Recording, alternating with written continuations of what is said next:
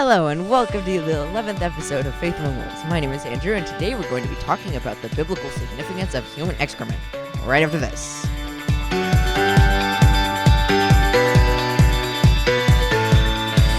Hello and welcome to Faith Among Wolves. My name is Andrew, and with me I have Jacob Moore. Hello. And Nathan Rivas. Yes, you do. Yep, I do. And today we're going to be talking about the biblical significance of human excrement. So, Jacob, would you like to kick us off with our first point? Not really. Yeah, so I was just kidding about that. But that actually leads us into our topic, which is controlling the tongue, or controlling what you write on scripts for podcasts. So that's what we're talking about today. And Jacob, would you like to kick us off with our first actual point? Yeah, but before then, there is a poll. I think it's on, the bottom of, if you click There's the the description. Yeah. There's a bunch of words down there, and there's also a link. Yeah, just click the link. Don't worry about the words. Yeah. Don't read the fine print. It all doesn't matter. Just sign the letter. Your soul will fly away. Yeah, pretty much. Anyway, so just click the link, answer questions, and that way we can do better and make less excrement jokes. So the first segment is words can hurt. And the first thing that goes into that would be lying. And Genesis 3:4 is kind of an ironic thing about this. It is, "You will not certainly die," the serpent said to the woman. This is talking about the serpent, the devil, talking to Eve, if you didn't get that. That was supposed to be a joke. Anyways, in Leviticus 19:11, it says, "Do not steal, do not lie, do not deceive one another." Psalms 119, verse 163. It's a long verse. "I hate and detest falsehood, but I love your law." So these verses make it pretty clear that lying is wrong. And actually, Satan does it in just 3 chapters after the earth was created, which if Satan does something, it's probably wrong. So, lying is wrong. All right, the second thing we're going to talk about is about cursing. Colossians 3:8 says, "But now you must also rid yourselves of all such things as these: anger, rage, malice, slander, and filthy language from your lips." James 3:10 also says, "Out of the same mouth come praise and cursing. My brothers and sisters, this should not be." So I think all of us as teenagers, we go through this. When we get mad at our parents or our teachers or anything, we always want to say something mean about them. So, just don't do it because it's not good. It's gonna hit you back when you get older. So just don't do it. Yeah, what goes around comes around. And also, I think it's also a good idea to stay away from cursing or media that curses and stuff. Because, a while back I remember I was reading a bunch of magazines my mom got at a thrift store or something. And they had a bunch of the D word and stuff. And as I read those magazines, I found that word started popping into my head more. And I wouldn't say it, but it would pop into my head more. And so, but when I stopped reading those magazines, it kind of stopped. So and I know it's impossible to avoid people who curse entirely. Like at work, my coworkers seem to use the F word as much as they say the word "the," and so that's fun. But as much as you can, sometimes try to stay away from cursing and bad influences. Yeah, and it's definitely not going to be easy, but, try your best. The third part of words can hurt is gossiping. Ephesians 4:29 says, "Do not let any unwholesome talk come out of your mouths. That's what I meant. Mouths. But only what is helpful for building others up according to their needs, that it may benefit those who listen." Proverbs 11:13 also says, "A gossip betrays a confidence, but a trustworthy person keeps secret." I think this is where Kyla should have been, because girls are the ones that gossip a lot. I think that's their Yeah, Nathan, you expertise. tell yourself that. You tell yourself Hey, that. I have a sister. That's her expertise, I would say. But yeah, just And we just lost all our girl audience. Thank you very much. I said this is more for them. Yeah, don't gossip. And that verse about let no unwholesome talk come out of your mouth, that applies to more than just gossip. Just any sort of talk that isn't building people up or accomplishing things that are good, or inappropriate joking, whatever. It's all non-beneficial, and it does not build your walk with Christ. Yeah. And that gives us to the do you want to say something, Nathan? Yeah, also another thing, gossiping. I mean, if you're a person that gossips, you're probably gonna like at least once gossip about your friends, and that might ruin your relationship with your friend. So it doesn't always like work the best with your friendships or relationship with stuff. So that's just something else that could happen if you gossip too much. Yeah, for sure. Gossip is not a good thing. Although sometimes the temptation can be great. Yeah. And we're not perfect, so don't beat yourself up every time you do. Just don't do it. learn from your mistakes. Yep. Yeah. Yep. And there that brings us to the fourth point in the semi-point in this segment. The fourth subpoint of segment 1. Yes. And that is there are consequences, long-term developments if you do these things. Like lying will become more common. You'll do this without even thinking, and that can be very bad. Cursing, you'll start to do this also without even thinking and just get in such a habit, and that'll also be bad. And gossiping, soon you'll have literally no friends to even gossip with. So, yeah. Don't do these things. There are long-term consequences of your actions. Yeah, and if you think it's easy to stop cursing, if you do that, try not saying the word like for one day and see how well that works for you. Because I know as teenagers, that seems to be one of our favorite words. So try avoiding saying that for 1 week, and then you'll probably, like, we say like a lot, like I just did. Like, yeah. Like I just did again. So anyway, if you think it's easy to stop cursing, just try that, and you'll see how hard it is to stop saying a word once you've started. Yeah. Anyways, this is going to be a very short episode, so it is time for fact or cap, Nathan. All right, so it's not that good today. It's really bad. But I'm going to give you 3 and tell me if it's fact or cap. You guys ready? Yes. All right. Oh. Okay, so this is fact or cap. I'm going to give you 3, and you're going to tell me if it's fact or cap. All right, so I'm going to give you 3 phrases, and you're going to tell me if it's fact or cap, all right? Okay. I'm going to give you 3 this time. The first one. And thus he prophesied until he wept bitterly. I'm going to say fact. Unless he prophesied. I'm going to say cap. Yeah. Okay. All right, well, this does not happen in the Bible. There's not a single sentence that says, let's go. All right. And thus he prophesied until he wept bitterly does not occur in the Bible. All right. Second phrase. He walked with the sons of Sabar until he fell of tiredness. I'm going to say that's cap too. I'm gonna say fact. All right, well, it is cap. Wow. It's not in the Old Testament, even though it very does sound like it would be in the Old Testament. Is it in the New Testament, though? No, it's cap. Oh. You just said it was not in the Old Testament. I thought you were just, like, joking around. It was actually in the New Testament. No, it does not happen in the Bible. All right, third one. Then she bled out from her belly until she had died. I'm going to say that's cap too. Fact. All right, well, it is cap also. What the heck? All 3 times. I got it wrong. Yeah. Dang. I'm starting to notice a pattern here. Now for the second segment of Controlling Your Tongue. Joking. The first part of joking is sarcasm. Us teenagers love to be sarcastic. Right? Yeah. I'm. Yeah. We're guilty. We're guilty. Yeah. Yeah, definitely. All right. So, Job 22:2 says, "You really know everything, don't you? And when you die, wisdom will die with you." That's a good verse of sarcasm. That's actually pretty fire. All right. And then 1 Kings 18:27 says, "About noontime, Elijah began mocking them. 'You have to shout louder, louder,' he scoffed. 'For surely he is a god. Perhaps he is deep in thought, or he is relieving himself. Or maybe he is away on a trip, or he is asleep and needs to be awakened.'" Oh, awakened. That's pretty funny. I'm not gonna lie. Imagine like them just like worshiping this god and just cutting them and just like doing stuff.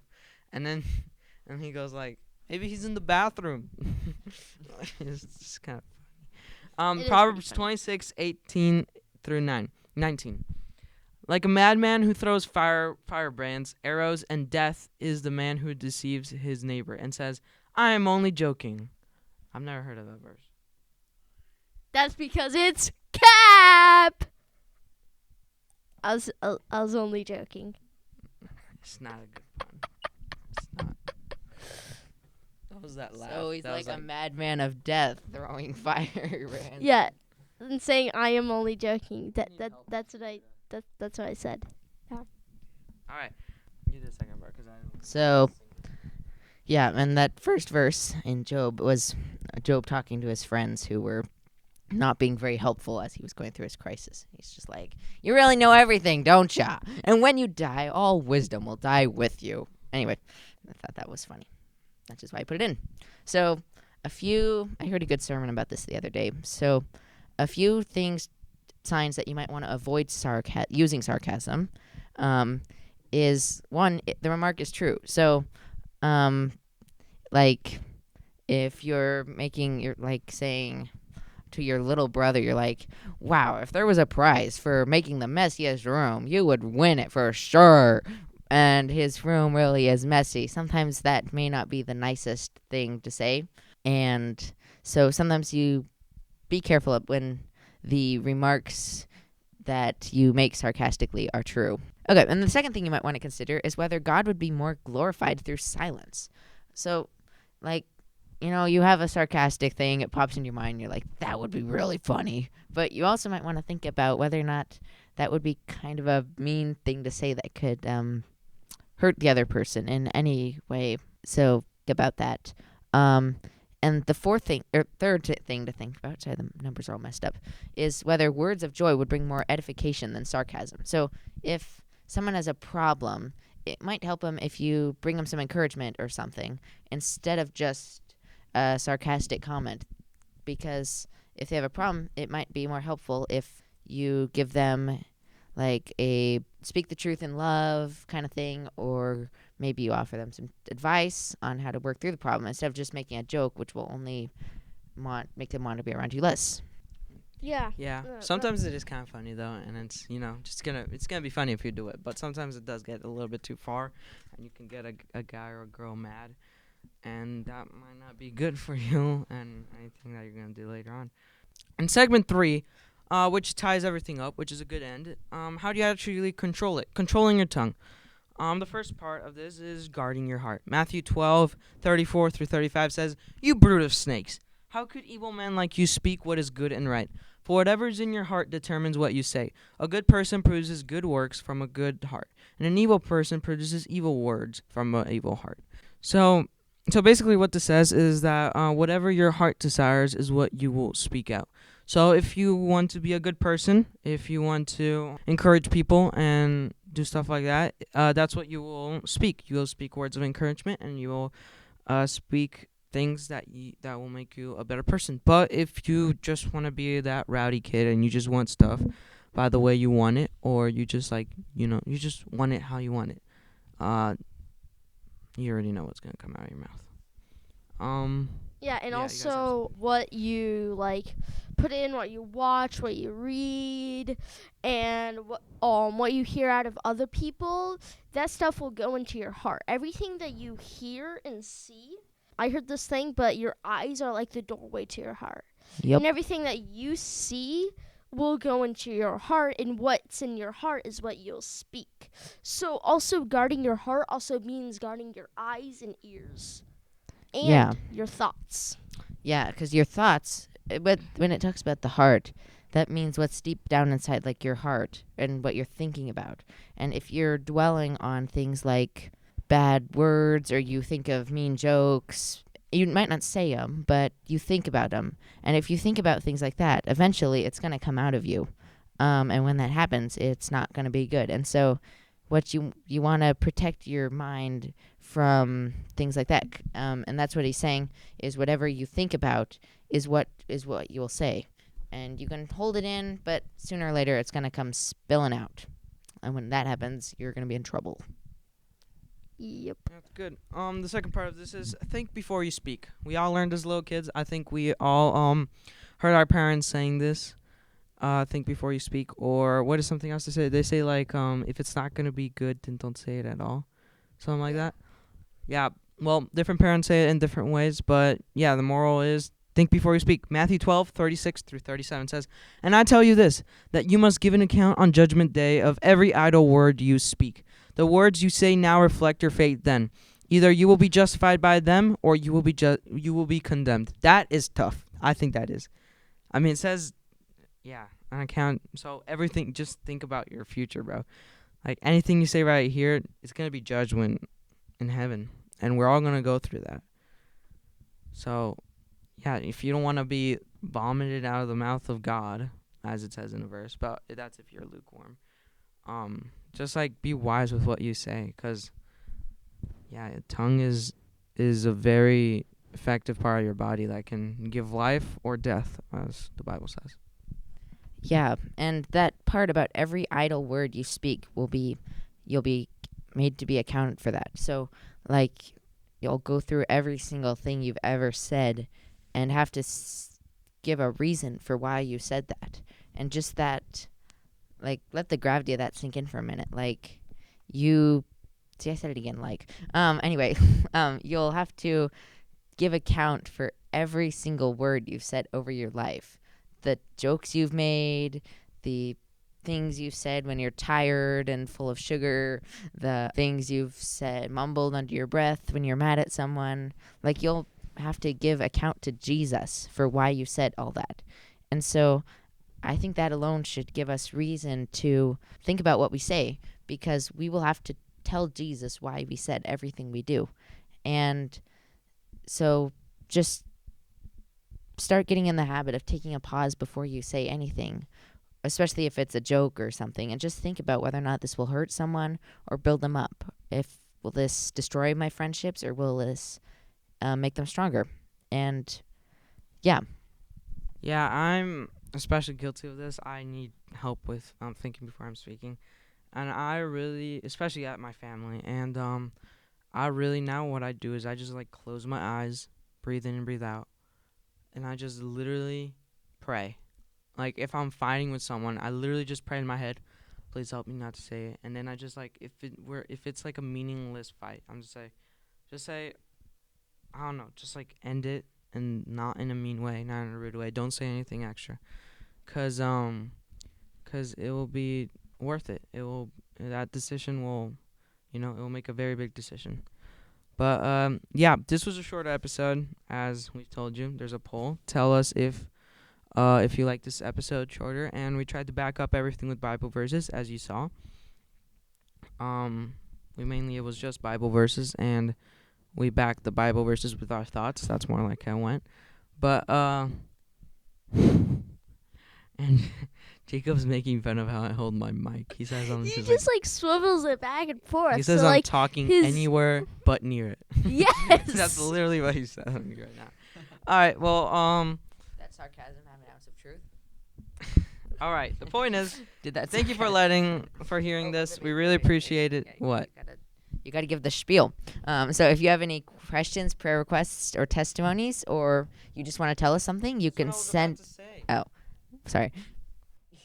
So if you like this podcast, and if you like this episode especially, please send us an email. Please, if you really liked it, and you know someone who would like to hear about it or hear it, please tell your friends. Any testimonies that you've got, please send them in. We'll read them here if you want to, or we could just pray for them. And, just prayer requests also. And remember, I'll let you say the Gmail because you really love doing it. And make sure to send email requests, testimonies, and prayer requests to faithamongwolves@yahoo.com. Let's say that again. faithamongwolves@yahoo.com with FA and W in Faith Among Wolves capitalized. Or you can now text to 571 Bro, it's not capitalized. 4585. Yes, it is. That's just here. Oh, well, capitals usually don't matter. Yeah, they don't. All right, well, you don't have to. Well, still. Wait, everybody, when you were little and like you played Among Us or stuff like that, when you had to put like pins, I always like capitalized the words, like every single one, and if it was not capitalized, I used to delete it until like None of us played Among Us besides you. whatever. The point is, just like it's just a funny thing. We're getting All right, but yeah, copyrighted just by using that name. All right, well, thank you for I can't even talk. Thank you for listening to this episode. If you liked it, just do all of the things we said in the past like 3 minutes, and we really appreciate you being here. Yeah. So y'all. Yep. y'all. Thanks for joining us. We'll see you next time. Bye.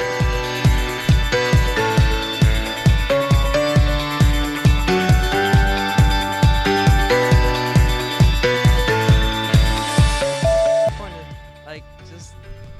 Ow, bro, you smacked me with the thing. Stop. Ow. Okay. Don't grab my mic. If I am holding it, don't grab it and push it out my mouth. It hurts. Okay? It hurts. It stinks. Don't do it. Okay. Please hold it closer to your mouth, though, because as Mr. Daniel will tell you, it does not pick up sound very good when it's like Yeah, this but far just away. went like. Yep, I did. Okay, sorry about that. That was not a good idea. Anywho,